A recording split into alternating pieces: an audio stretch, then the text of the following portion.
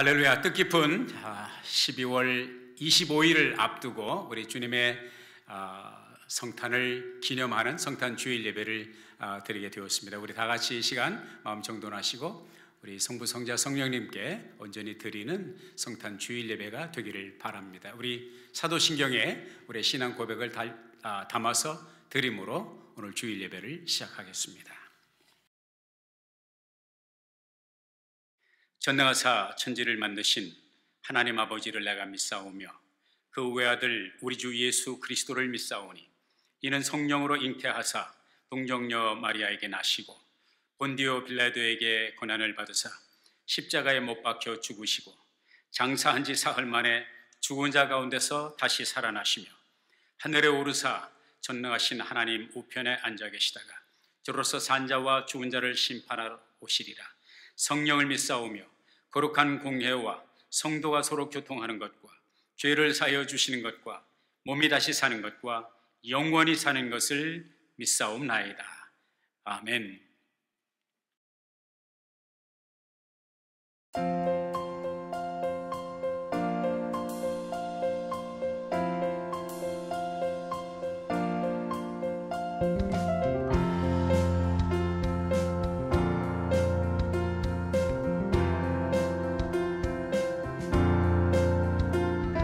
천사들의 노래가 하늘에서 들리니 산과들이 기뻐서 메아리쳐 울린다.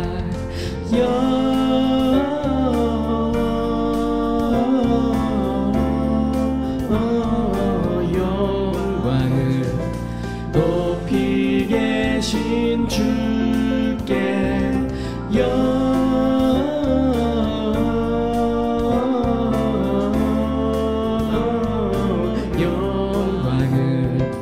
높이 계신 주님께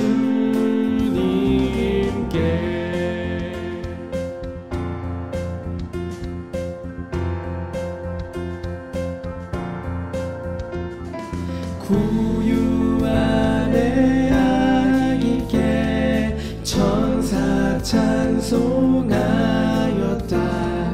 우리들도 주님께 기쁜 찬송 부르자. 영광을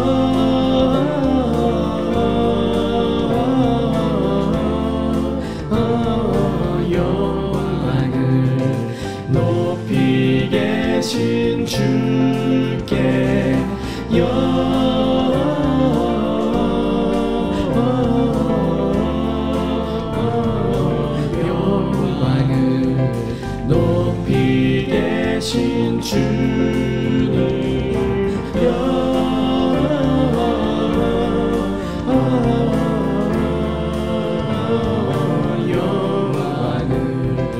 높이 계신 주께 영광을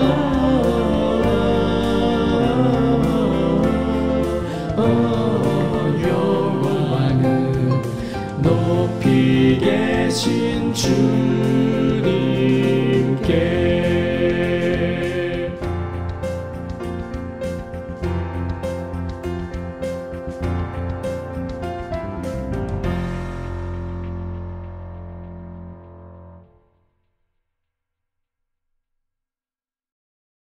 하나님 아버지, 이 성탄의 계절 따뜻하고 풍성한 날들을 허락하심에 감사드립니다.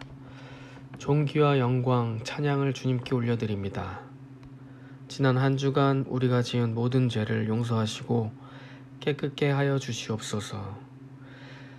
코로나 바이러스로 모두가 힘든 이때에 주님 자비를 베푸셔서 이 사태가 속히 수습되게 하시옵소서. 2020년 우리 교회를 지켜주심에 감사합니다.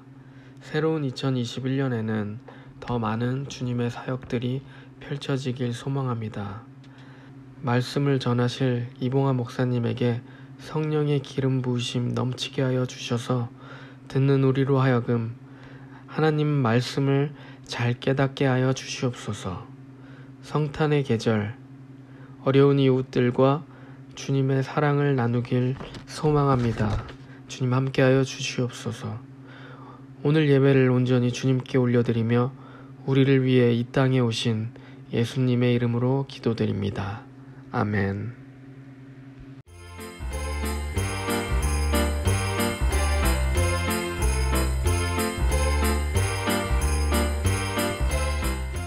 보라, 처녀가 잉태하여 아들을 낳을 것이요 이름은 임마누엘이라 하리라 하셨으니 이를 번역한즉 하나님이 우리와 함께 계시다 함이라.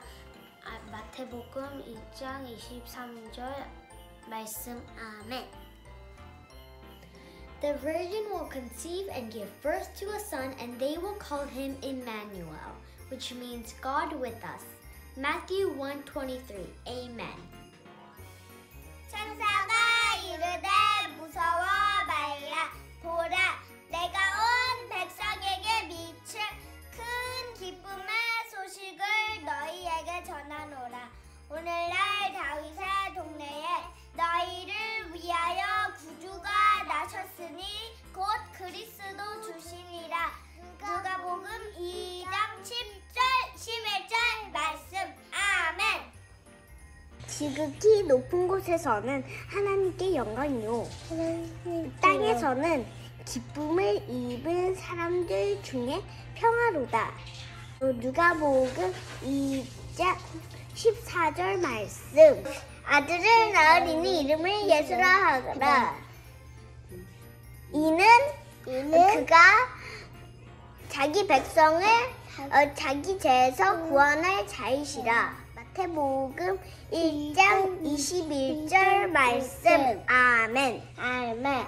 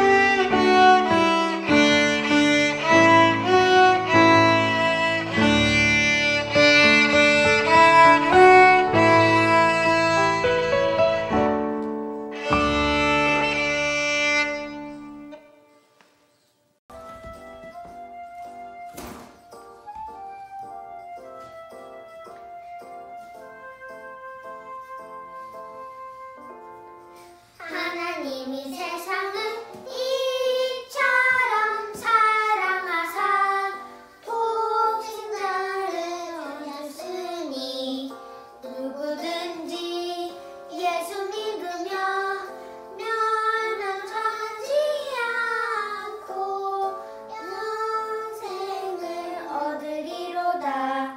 요한복음 3장 16절.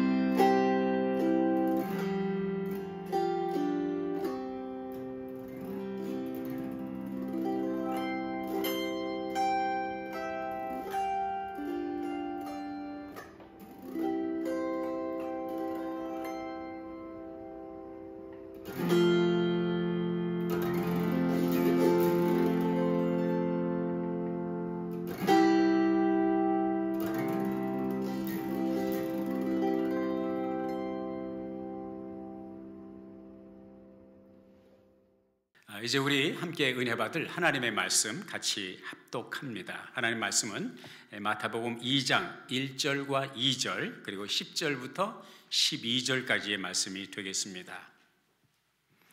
헤롯 왕 때에 예수께서 유대 베들레헴에서 나심에 동방으로부터 박사들이 예루살렘에 이르러 말하되 유대인의 왕으로 나신 이가 어디 계시뇨? 우리가 동방에서 그의 별을 보고 그에게 경배하러 왔노라. 저희가 별을 보고 가장 크게 기뻐하더라. 집에 들어가 아기와 그 모친 마리아에 함께 있는 것을 보고 엎드려 아기께 경배하고 보배 합을 열어 황금과 유향과 모략을 예물로 드리니라. 꿈에 헤롯에게로 돌아가지 말라 지시하심을 받아 다른 길로 고국에 돌아가니라. 아멘. 어제 새벽에는 로스앤젤레스에 있는 거리의 교회 전예인 목사님께서 섬기시는 거리의 교회에 다녀왔습니다. 이번에 이제 코비드19 상황 때문에 교우들과 함께 하지 못하고 저와 제 아내 우리 사모님이 함께 다녀올 수가 있었습니다. 26년째 우리가 섬기는 것 같아요. 부족하지만 그래도 이맘때가 되면 거리에 노숙하는 노숙인들을 위해서 섬기시는 거리의 교회 우리 전혜인 목사님 또 사모님께서 참 이렇게 몇십 년 동안 거리에서 힘들게 살아가는 분들을 위해서 복음을 전하고 또 사랑을 전달하는 그 일을 감당해 오시는데 작은 힘이나마 보탤 수 있도록 저희들을 사용해 주심을 감사하고 이를 위해서 기도해 주신 분들에게 감사의 말씀을 드립니다. 그리고 어제 오후에는 우리 한나 회원들 또 여전도 회원들 함께 모여서 우리 교우들에게 이제 전달해 드릴 선물 보따리 같이 챙겨서 꾸미고 이제 오후에 함께 교우들 가정을 방문해서 배달하는 뜻깊은 그런 시간을 가졌습니다. 얼마나 감사한지 알 수가 없습니다. 다음 주일은 이제 벌써 송년 주일 예배를 드리는 때가 되었고요. 그리고 이제 31일 밤에는 우리 영상으로 송구영신 예배를 우리 교우들이 각 가정에서 드릴 수 있도록 그렇게 준비를 하려고 합니다. 이를 위해서 수고하시는 우리 김정민 팀장님을 비롯해서 우리 영상팀 분들을 위해서 기도해 주시기를 부탁을 드리겠습니다. 우리 같이 잠시 기도하고 말씀 나누겠습니다. 하나님, 이 시간 우리에게 주님께서 말씀하시는 시간입니다. 주의 영으로 종을 리드하시고 또 주의 성령의 감동으로 우리 모두가 주님의 음성을 듣는 복된 시간 되도록 이끌어 주옵소서. 예수님의 이름으로 기도했습니다. 아멘.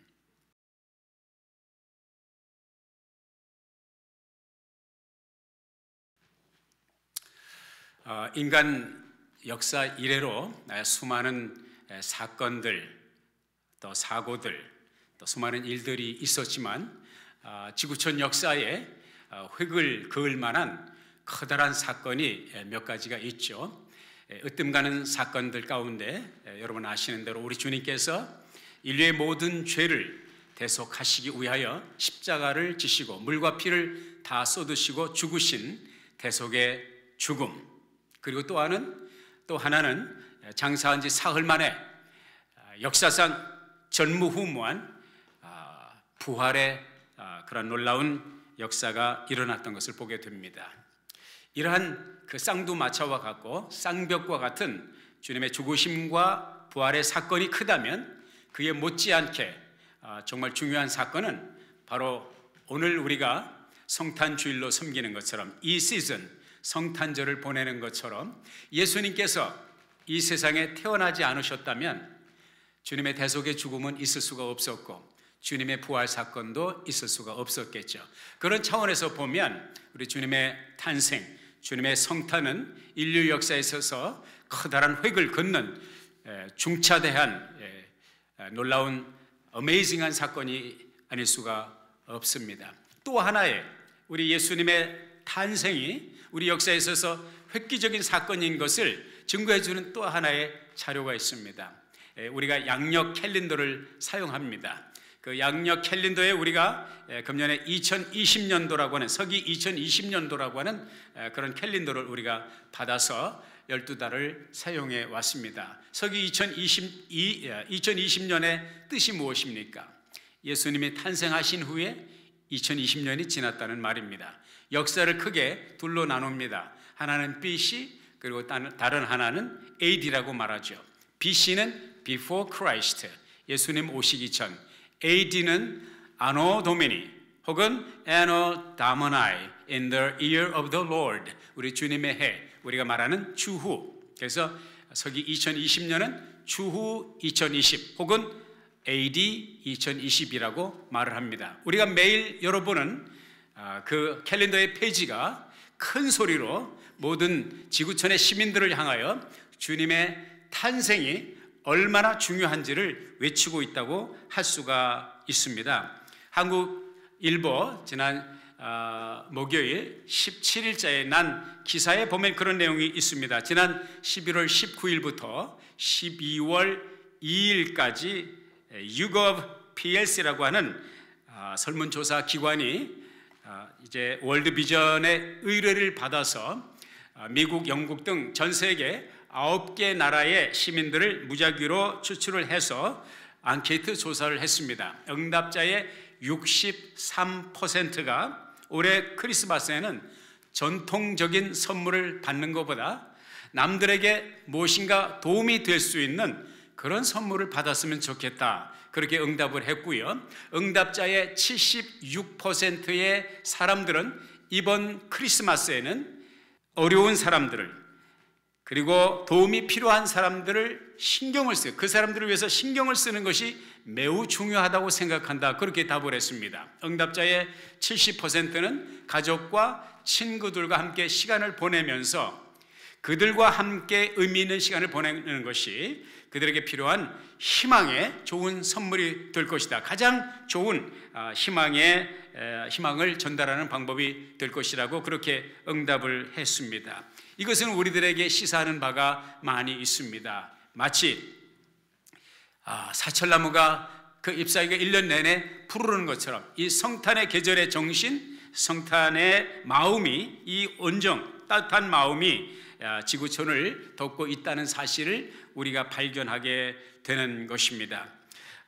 우리는 12월에 들어서 동방박사 시리즈를 이제 함께 말씀 속에서 우리가 나누었습니다. 오늘은 세 번째이자 마지막 동방박사 시리즈, 우리는 예배자입니다, 이런 제목을 가지고 함께 은혜를 받고자 합니다. 그동안 우리는 동방박사 그들이 누구인지, 어디에서 왔는지, 또 무엇을 위해서 누구를 만났으며 또 누구를 만났는지, 그러한 그들의 족적에 대해서, 그들의 여정에 대해서 함께 살펴보았습니다. 사랑하는 여러분, 이 먼 길, 이 타국을 향하여, 낯선 곳을 향하여 별의 인도를 따라서 멀고 험한 이 길을 동방 박사들이 온 이유는 무엇입니까? 아니, 그들이 동방에서 혹은 페르시아 제국이라고 하고 바벨론 제국부터 시작된 그 역사를 우리가 살펴보았고, 파르티아 제국이라고도 하는 그 동방에서 온, 먼 길을 온 그 수많은 사람들의 그 여정의 최후 궁극적인 목적은 무엇이었느냐? 여러분에게 물어본다면 어떻게 대답을 할 수 있을까요? 그것은 오늘 본문 말씀에 분명하게 말씀을 해주고 있습니다. 그것은 마태복음 2장 2절에 유대인의 왕으로 나신 이가 어디 계시뇨? 우리가 동방에서 그의 별을 보고 그에게 경배하러 왔노라. 경배라고 하는 말씀을 우리가 찾아볼 수 있죠. 11절에 보면 집에 들어가 아기와 그 모친 마리아에 함께 있는 것을 보고 엎드려 아기께 경배하고, 여기서 경배라고 하는 말을 영어의 성경에 보니까 worship이라고 되어 있습니다. 다시 말하면 예배 그 자체라고 할 수가 있겠습니다.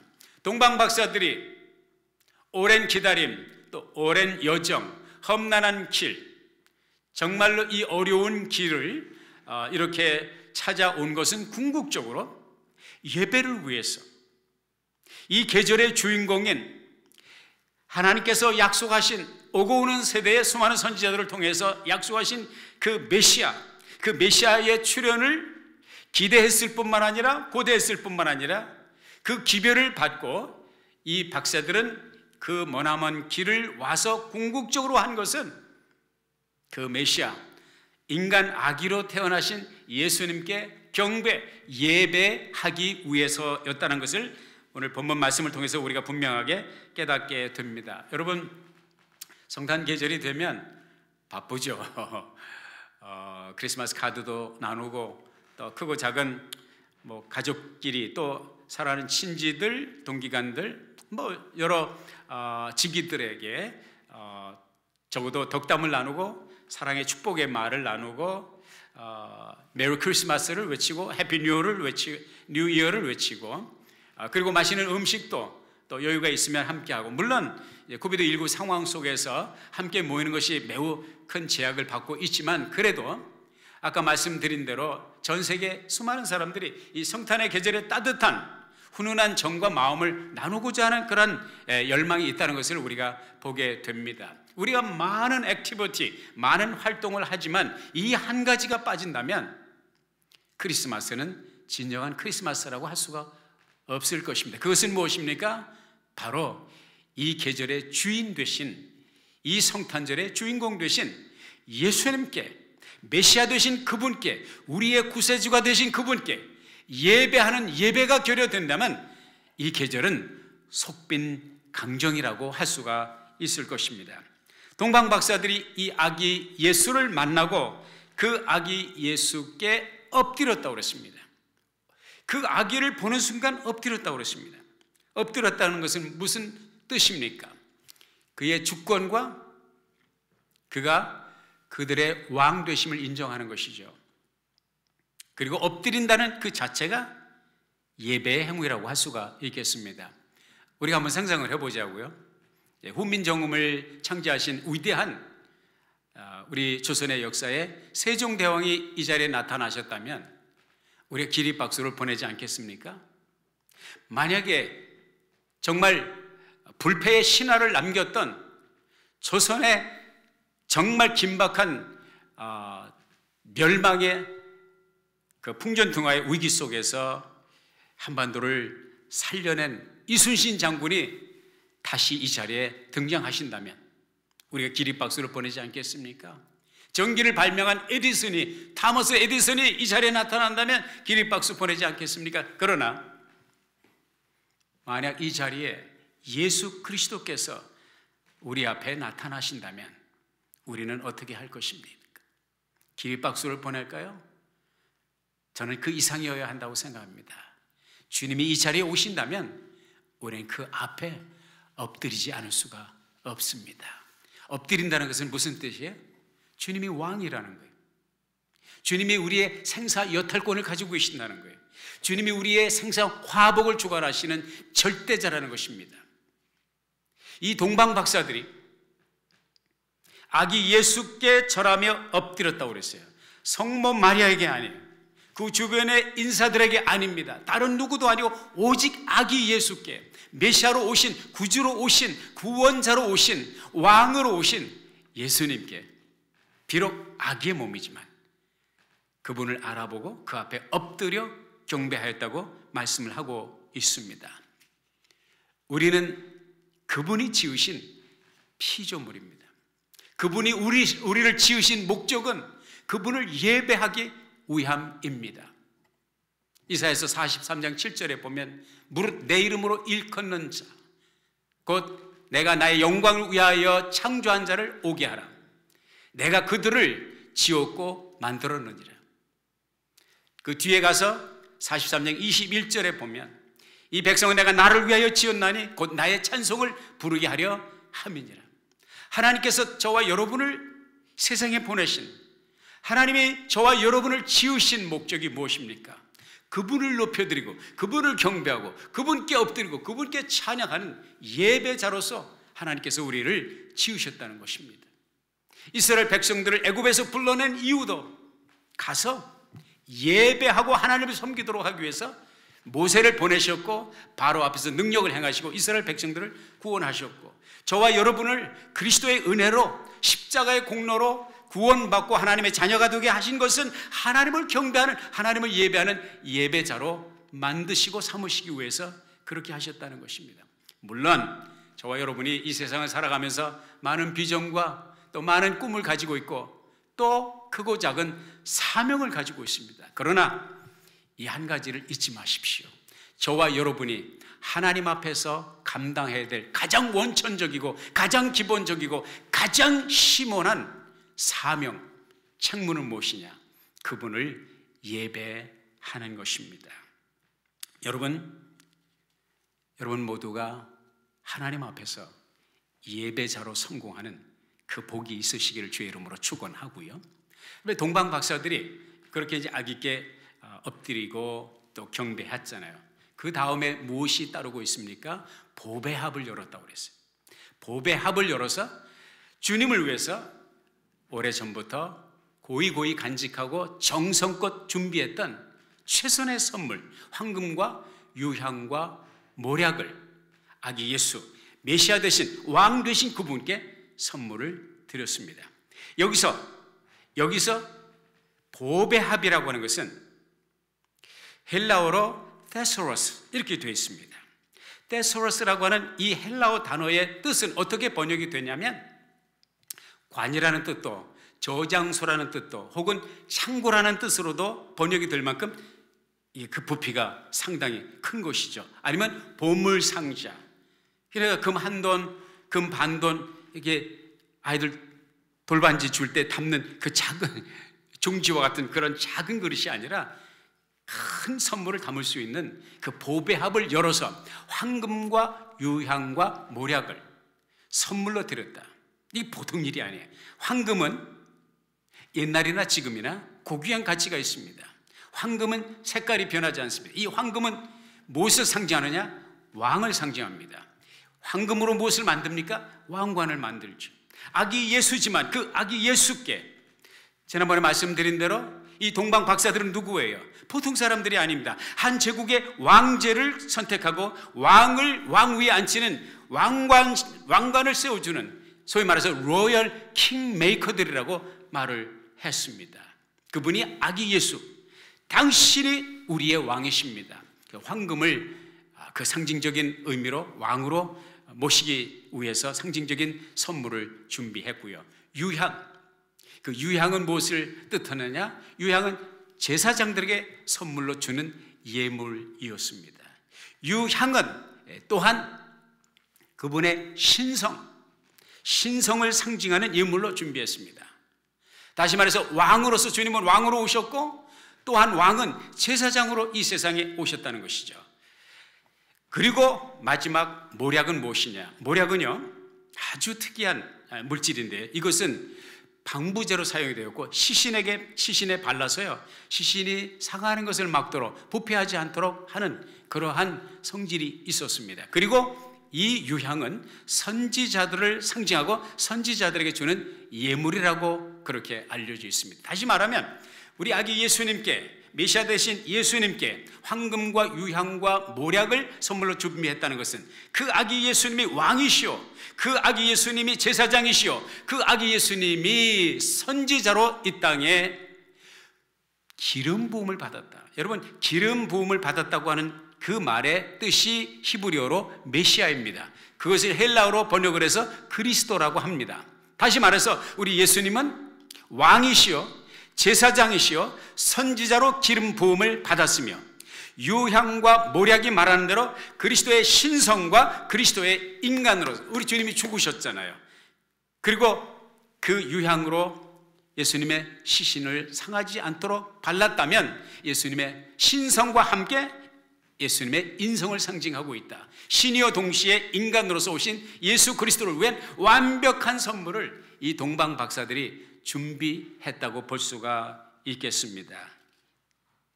다시 말하면 이 나사렛 예수님의 가정, 마리아와 요셉의 가정에 있어서 이 선물은 적지 않은 엄청난 재상 목록 1호가 되었을 것입니다. 사랑하는 여러분, 예배는 무엇입니까? 드림입니다. 동방 박사들이 꿇어 엎드려 경배하였을 뿐만 아니라 그 경배의 연장으로 이들은 자기들이 준비한 가장 가치 있는 것들을 정성껏 준비하여 아기 예수께 드렸습니다. 예배를 영어로 worship이라고 하죠. 이 worship은 두 단어의 합성어입니다. 하나는 worth, 가치라는 뜻이고요. 다른 하나는 ship, ship, 상태, 지위, condition, quality, 질을 말합니다. 다시 말해서 예배, worship, worthship이라고 하는 것은, 경배라는 것은, 예배라는 것은 가치를 인정해 드리는 거예요. 그분의 가치를 인정해 드릴 뿐만 아니라 그분께 마땅한 가치를 지니신 그분에게 우리가 드릴 최선의 가치를 마땅히 받으실, He is worthy of our worth, 우리들의 가치를 드리는, 우리의 가치를 받으실 만한 분이라는 것이죠. 사랑하는 여러분, 예배는요, 우리가 예배 드리러 간다고 그러잖아요. 어떤 게 한국 사람은 예배 보러 간다고 그러는데, 사실은 이제 뭐 장 보러 간다, 예배 보러 간다, 뭐 뉘앙스가 비슷하다고 볼 수 있지만은, 본다는 의미가 물론 뭐 그냥 눈으로 보는 것만 뜻하지는 않지만, 정확하게 표현하면 예배를 드린다는 것이, 예배한다 혹은 예배를 드린다고 표현하는 것이 정확한 표현이 되겠죠. 조지 바나 리서치라고 있죠. 조지 바나가 그런 말을 했습니다. Experience God in Worship이라고 하는 그런 책에서요. 다시 말해서 예배 중에 하나님을 경험하라고 하는 책에서 그런 말을 했습니다. 미국의 수많은 사람들이 매주 교회를 간다. 매주 교회에 예배를 하러 간다. 그러나 대부분의 사람들은 예배를 드림보다는 예배를 즐기기 위해서, 자기가 예배를 통해서 어떤 베너핏을 받기 위해서, 자기의 즐거움을 위해서, 자기의 만족을 위해서 예배를 드리러 교회를 간다는 것이죠. 그들이 수많은 사람들을 찾아서 인터뷰를 했는데 거의 대부분의 사람들은 예배의 경험을 통해서 즐거움을 삼고 예배를 통해서 뭔가 베너핏을 얻고자 하는 받는 자의 마음을 가지고, 자기 중심적인 동기를 가지고 예배를 드리러 간다는 거예요. 그러면서 뭐라고 하냐면, 이것은 반드시 고쳐져야 된다. 예배의 핵심은, 예배 중점은, 예배 포커스는 그 예배를 받으시는 하나님이어야 되고, 예배는 드리는 예배가 되어야 되지 받는 예배가 되어서는 안 된다 이거죠. 우리가 예배를 드릴 때, 우리 예배 드리러 가자고 할 때, 교회를 올 때 예배를 받으러 갑니까? 아니잖아요. 예배를 드리러 가잖아요. 우리가 적은 차이지만은, 간소한 차이지만은 생각의 각도가 우리의 삶에 커다란 예배에 우리의 자세를 크게 변화시킬 수 있다고 봅니다. 예배는 받는 것이 아니라 예배는 드리는 것이죠. 우리 주님께 그 아름답고 귀한 가치를 드려야 된다고 생각합니다. 황금과 유향과 모략은 드리지 못한다 할지라도 그들의 마음가짐을 가지고 우리들에게 소중한 것을 주님께 드려야 되겠죠. 끝으로 우리가 한 가지 질문을 던질 것이 있어요. 그건 뭐냐면, 그들의 예배가 언제부터 시작이 되었느냐 이것이죠. 그들의 예배는 아기를 보고 엎드렸을 때 시작이 되었는가, 경배했을 때 시작이 되었는가, 아니면 황금과 유향과 모략을 드릴 때 진정한 예배가 성사되었는가. 진정한 의미에서요, 예배는, 동방박사들의 예배는 훨씬 전부터 시작이 되었습니다. 동방에서 아기 예수께 경배하기 위하여 차별을 하고 길을 떠나는 그때부터 이미 그들의 예배는 시작되었다고 할 수가 있습니다. 그게 예배의 참 의미입니다. 예배를 위해서 마음가짐을 또 채비를 하고 그 머나먼 길을 가는 그 족적 자체, 그 여정 자체가 하나님이 기뻐 받으시는 예배라고 하는 사실을 우리 한번 생각해 볼 필요가 있습니다. 저와 여러분은 동방박사들처럼 주님을 만나기 위해서 이렇게 먼 길을 떠날 필요가 없죠. 물론 혹 정말 먼 길을, 그 여정을 통과해서 어떤 분은 비행기를 타고 본교에 가서 예배를 드린다고 하는 그런 얘기도 들었지만 아주 그건 특이한 얘기고요. 우리 교회 상황 같은 경우도 보통 뭐 10분, 30분, 또 멀리 계신 분은 1시간 정도 자동차를 운전해서 교회에 모입니다. 우리의 여정이, 예배를 위한 여정이 그거예요. 그러나 요즘에는 그나마도 우리가 안 합니다. 아니, 할 수가 없어요. 코비드19, 난폭한 위협적인 코비드19 코로나 바이러스 19 사태 때문에 모든 것이 셧다운 행정명령이 떨어지면서 우리가 영상이라고 하는 채널을 통해서 여러분과 제가 이 공간에서 오늘 주님 앞에 예배를 드리고 있습니다. 이 예배, 영상 예배 1시간 정도, 어떤 데는 1시간도 안 됩니다. 그 영상 예배를 마치 영화를 관람하듯이 1시간 혹은 1시간 남짓한 그 영상을 보고 나면 예배가 끝나는 것입니까? 너무 쉽죠. 너무 간단하죠. 이게 만약에 예배의 전부라면 여러분과 제가 정말 하나님을 위해서 진정한 가치를 드렸다고 말할 수 있을까요? 동방 박사들이 황금과 유향과 모략을 준비하고 그 먼 길을 떠나온 그 엄청난 희생과 그 가치를, 진정한 가치를 소유하신 우리 주님께 드렸듯이 우리는 그런 예배를 드렸다고 할 수 있을까요? 여러분, 우리의 진정한 예배는 예배가 끝나고 축도가 끝나고 성전에서 나가는 순간부터, 아니면 영상 예배를 드리고 그 자리에서 일어나는 순간부터 진정한 예배의 시작이라고 생각하셔야 할 것입니다.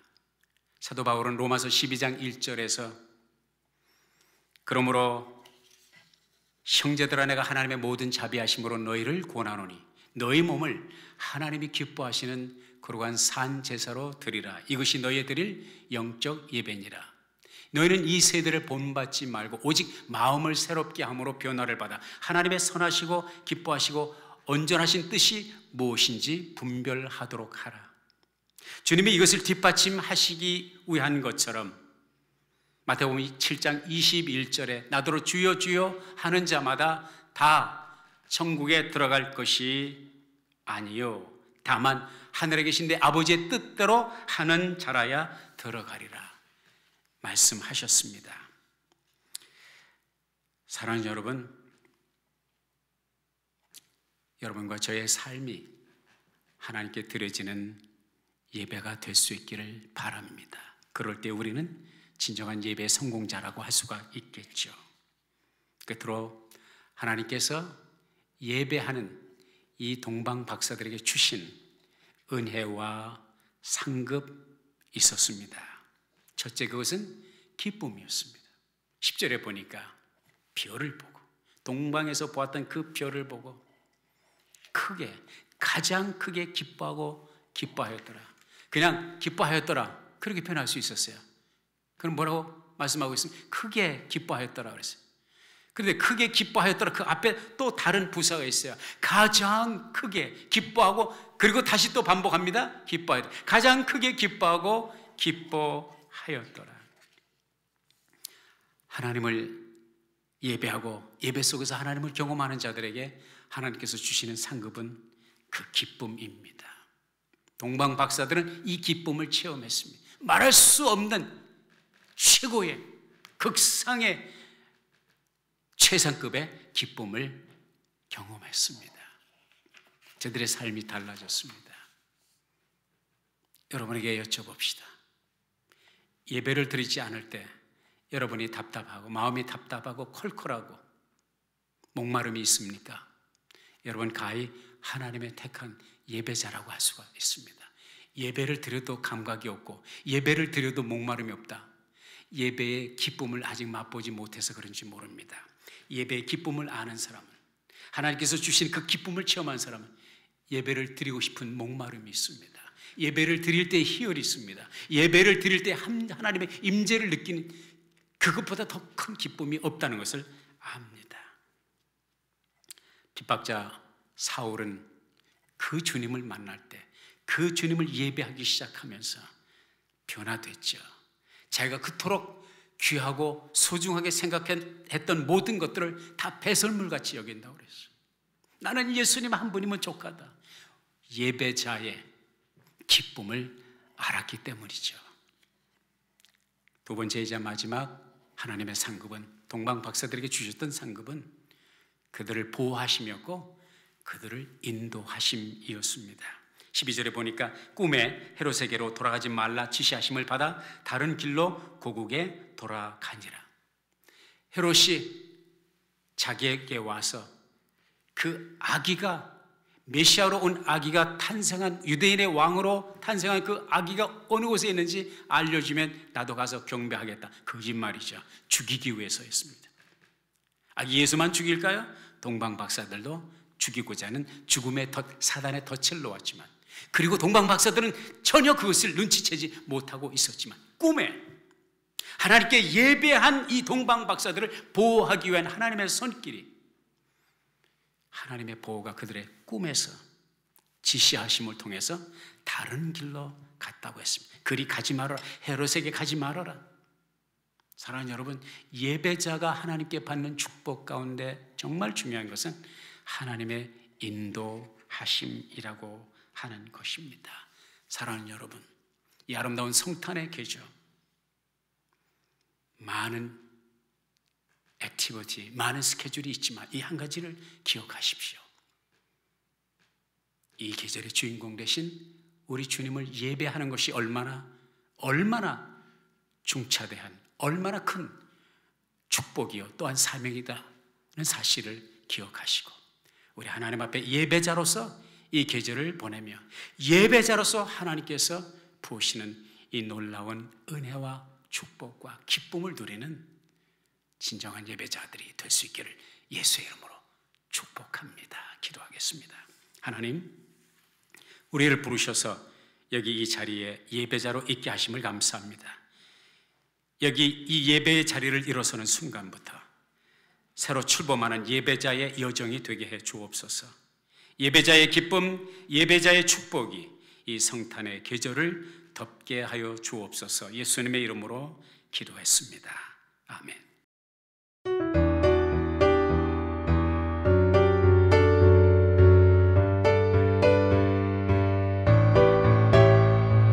기쁘다 구주 오셨네. 만 백성 맞으라. 온 교회여 다 일어나. 다 찬양하여 다 찬양하여라. 다 찬양하여라.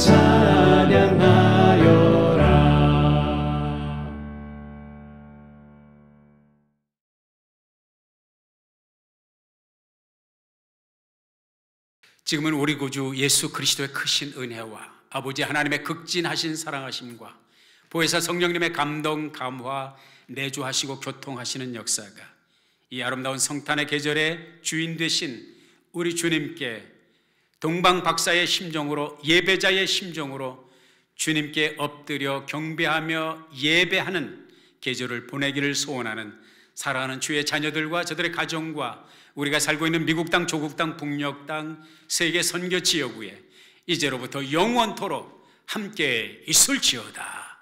아멘.